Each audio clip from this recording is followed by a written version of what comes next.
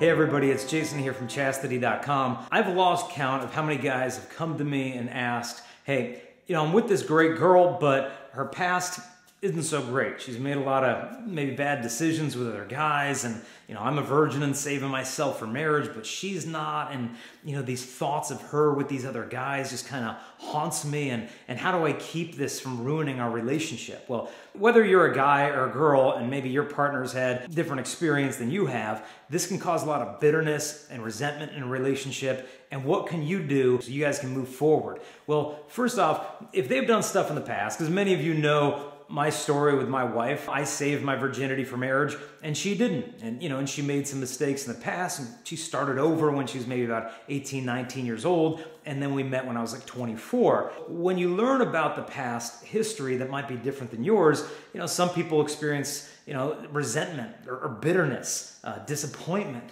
Of, hey, I've been waiting and I've always thought that she'd be waiting with me.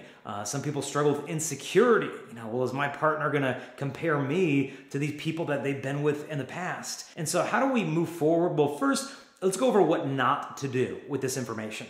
First thing, don't just sweep it under the rug. Well, I'm just not gonna think about it. That's not gonna work.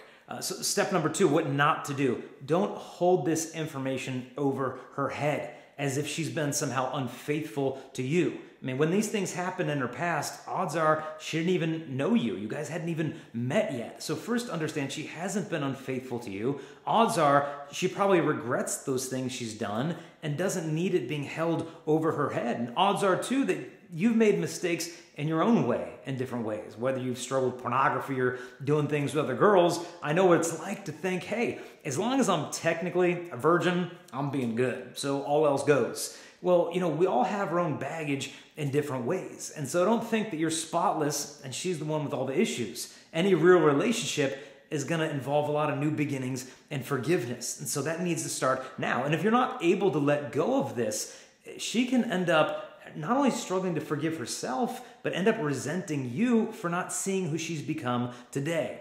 Third thing I think you need to do is don't infect your own wound. And what I mean by that is don't be looking at porn. Because if you're watching porn, what you're doing is hypersexualizing your own imagination, where you're going to start thinking of her, well, I can't believe she did this with that guy, or maybe she did that with that guy.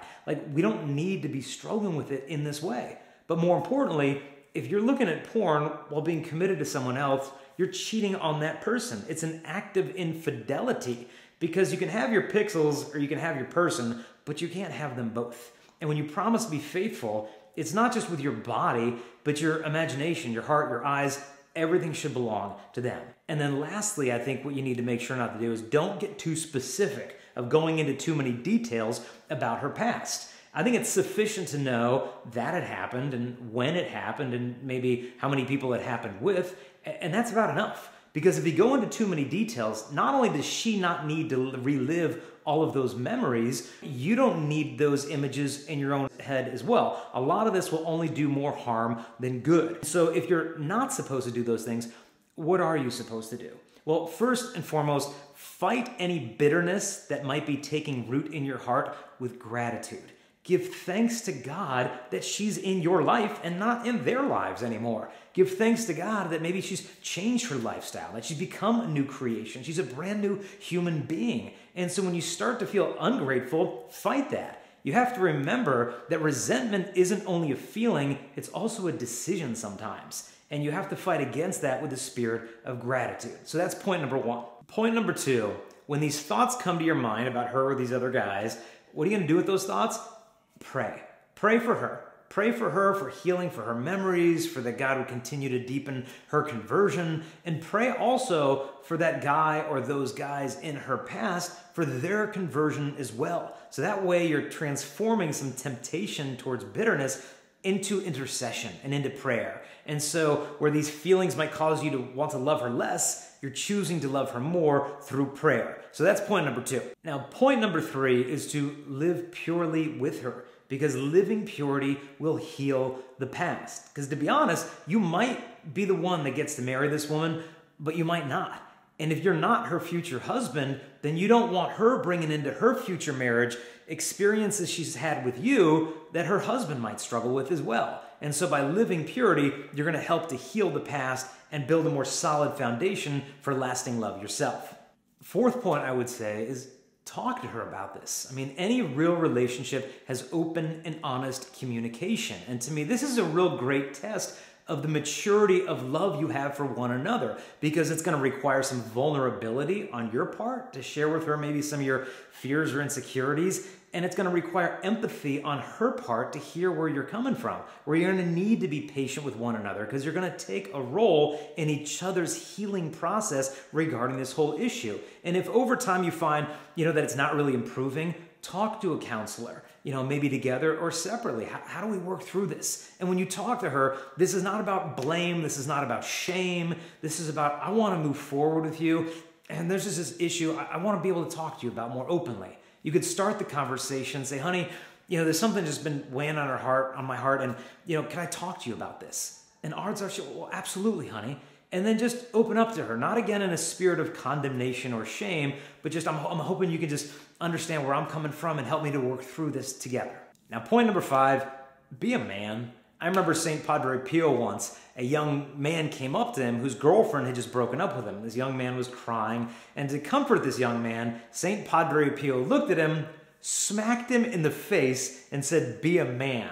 Now, it's not necessarily the approach that I would take, but I think when it comes to this situation, we have to man up. And by accepting her for who she's become today, trust me, you will be more of a man to her than any of those boys in her past ever were. This is unconditional love. And if you struggle a little bit, those feelings are bound to come to the surface, and it's not a sign that you haven't forgiven her. People say, well, forgive and forget. It's a dumb expression. It kind of implies that if you really forgive someone, you're just going to have amnesia.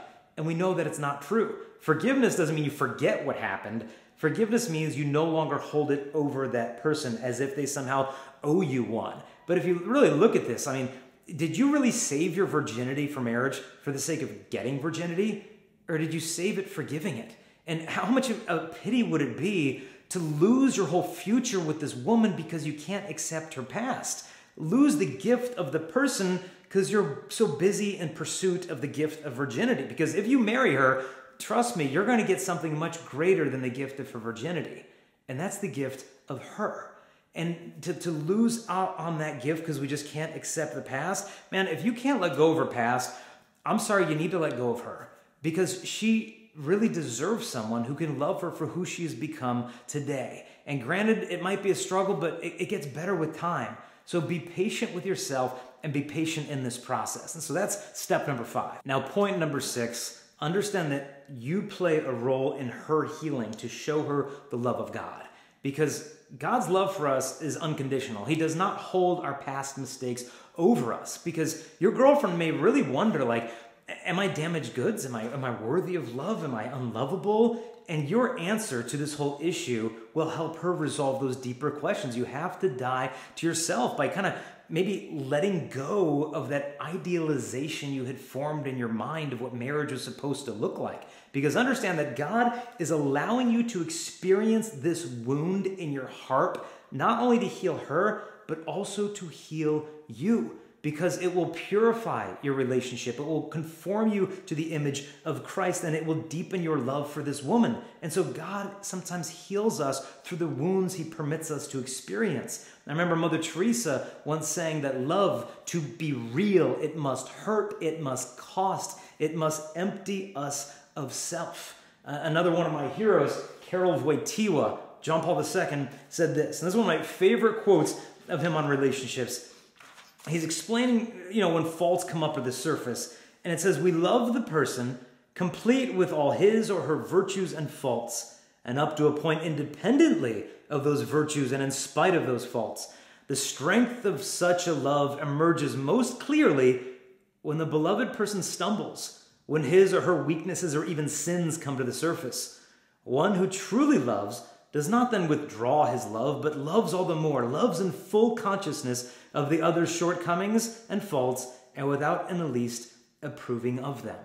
And so if she's made some mistakes in the past, you don't have to approve of it, but you don't have to hold it over her head. And just learn to let go and ask God for the strength finally, and which is point number 7. Be patient. It's going to have some ebbs and flows, ups and downs, but I think you'll find that with time, it does get better. And you might be afraid, but on the night of our wedding, I'm going to be entering into that form of sexual intimacy for the very first time, but she's already been there and experienced that.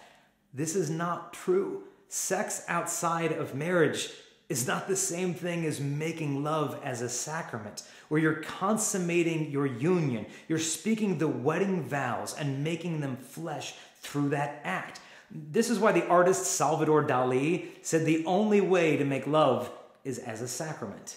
And if you receive the blessing of her as your bride one day, then on the night of your wedding, you both will be going there for the very first time. God bless you. I wish you as a couple all the best. Let me know what you think about the video. Comment below, subscribe, hit the little bell as a reminder when we post new videos. You'll be the first ones to get that. God bless you, and come visit us at chastity.com if you have any more questions.